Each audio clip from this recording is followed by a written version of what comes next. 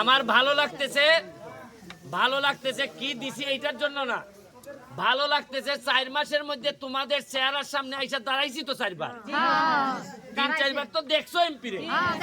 এইটাই আমার বড় সফলতা যে আমার ভোটারের সাথে আমার চোখে চোখে সম্পর্ক হইতাছে।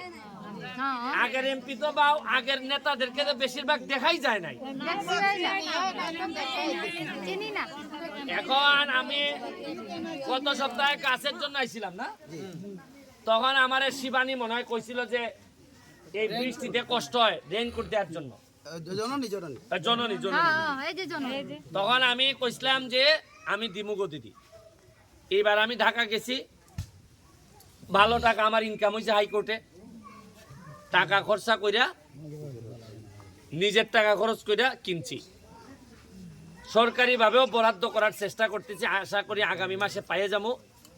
আরও সরকারিভাবেও রেইনকোট কইছি যে আমি যতদিন এমপি আছি আমি কথা দিছি যে আমার চা বাগানের 24টা চা বাগানের কোনো মহিলা যারা বাইরে গিয়ে চা পাতার কাঠে তুলে তাদের একজনও এই রেইনকোটের বাইরে থাকবে না।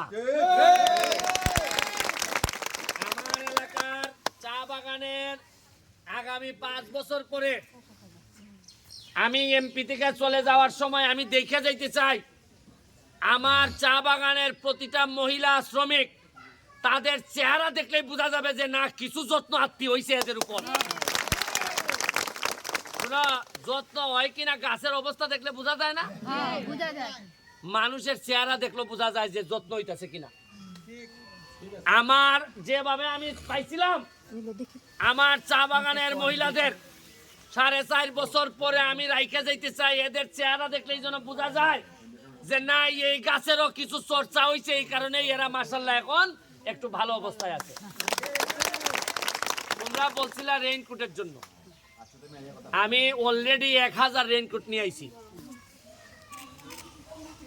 বৃষ্টির সময় আমার ভিডিও পাঠাইছে, পরশুদিন দেখলাম এই চা পাতা এখান থেকে দিতেছে আর জোরই বৃষ্টি হইতাছে।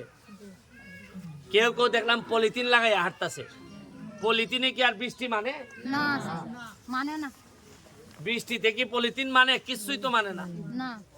কিন্তু আমার কত হইলো মাত্র 6 লাখ টাকা খরচ করছি, 1000 আনছি। কত আনছি? 1000 আনছি। একটু পরে যাই মোট দেওন্দি বাগানে দিতে। 50 বছরে কি কারো এই কথা মনে হইল না যে এই বইনটা আমার, এই মাটা আমার, এইরকম বৃষ্টিতে কাজ করে এদেরকে একটা রেইনকোট দেই?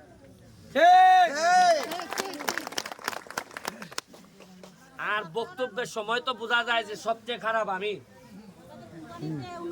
সবচেয়ে খারাপ